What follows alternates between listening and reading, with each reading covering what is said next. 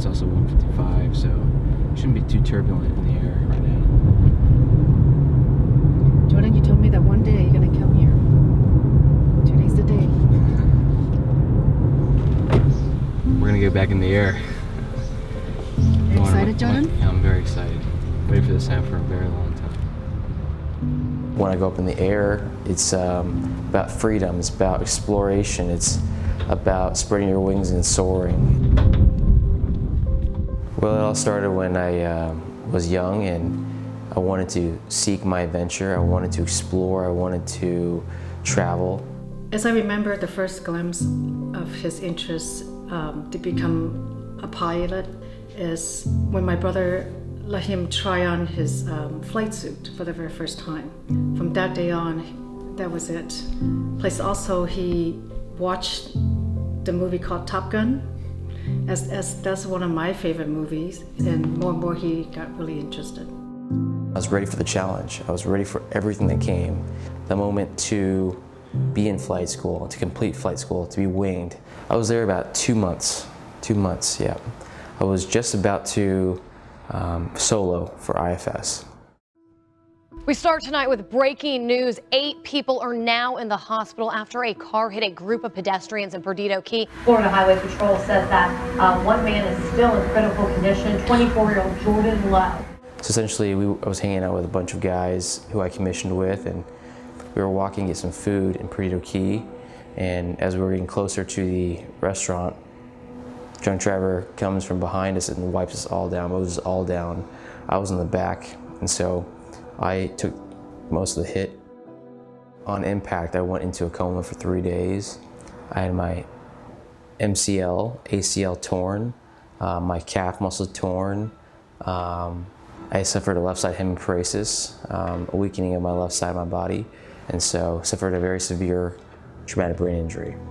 There's not one single spot in his body that did not have scratches or bruises. They never thought I'd walk again, talk again. They thought I was gonna be on a ventilator for the rest of my life. They thought I'd be on a feeding tube for the rest of my life and never be independent again. Yes, life forever changed.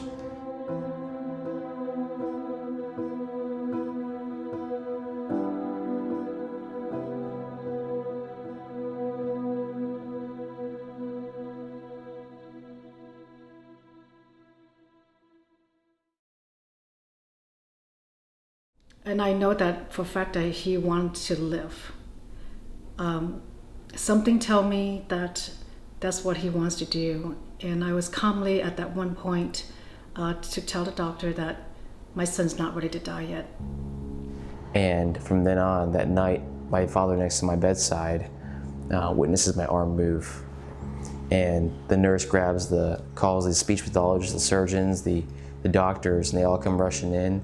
Jordan, if you can hear me, give me a thumbs up. Nothing happened. Jordan, if you hear me, give me a second finger.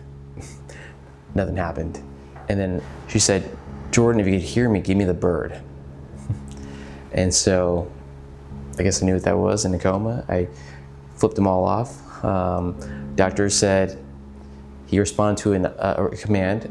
We got a response. All options of pulling the plug are off the table. And from then on, I lived.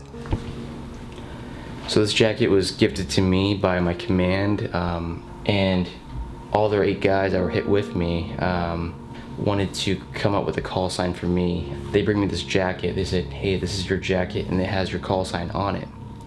And, I'm from Phoenix, Arizona, so they handed it to me and they said, your call sign's Phoenix. And I'm like, get out. Like, have we not gone through enough? You're gonna call me Phoenix because I'm from Phoenix.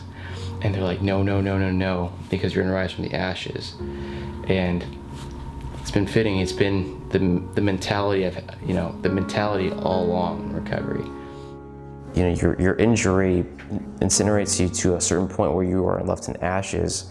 It gave me a spirit in which that I'm gonna fly again. I'm going to get up out of this pile of ashes, my own ashes, and I'm going to make a life that I want to live, a life that I want for myself. Okay, go ahead and lift up that left foot. Pull up, pull. Thus, I was in a wheelchair and bedridden for about 16 weeks and not walking. Today is August the 6th. 2017, and Jordan is walking by himself.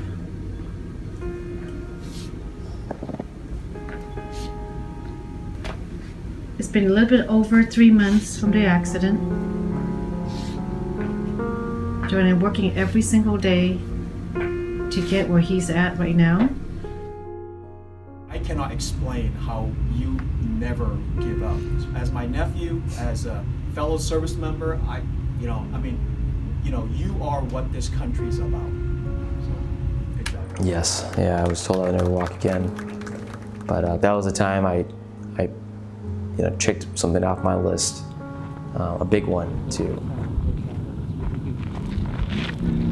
Stretching like little quads. Marty Party, that's what he used to call him. God, yeah, Marty Party was my nickname. With long hair. No, skateboards. No. We're not talking about my high school days. Not talking about long hair or skinny jeans.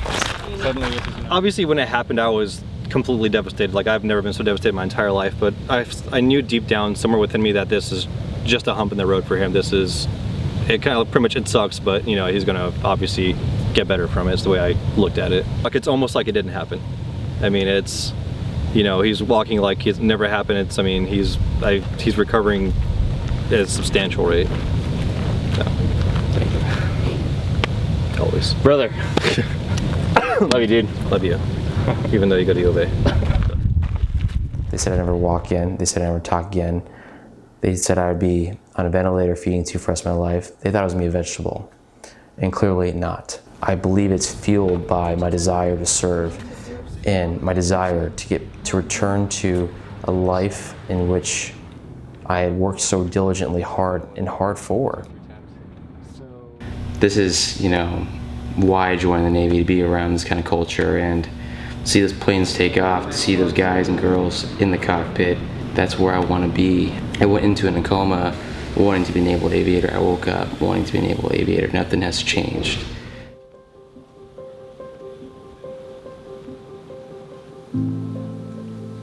Not for a second have I ever thought about another goal or mission. It all makes sense to you in recovery.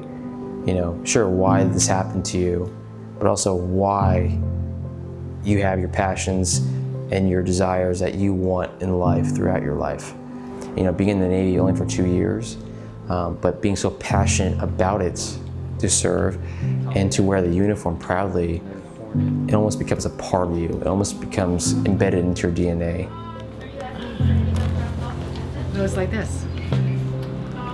Yeah. What would Tom Maverick say? For a long time, there's a lot of uncertainties and guesses of if I would ever be in the air again. And as I progressed in recovery, that answer became a little bit more clear to me. First opportunity I had to go back in the air, I took it.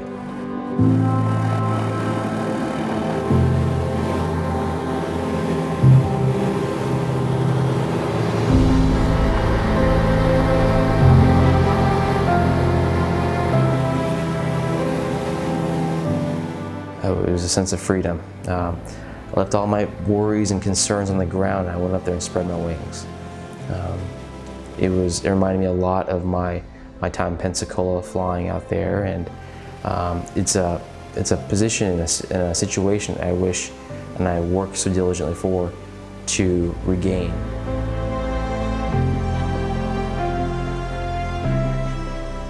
Everything is geared towards getting back to Pensacola, returning to flight training, and revitalizing a dream and a mission that I had before and I have now.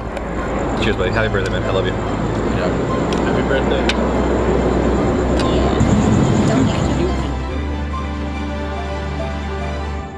I believe I have a greater sense of mental fortitude now than I did when I was there, and to cherish every moment and to live life to the fullest. It's a cliche saying, and I've heard it 1,000 times, but I never really knew the worth in that saying, because you don't want to get kicked off the mountain before you really realize that statement is true.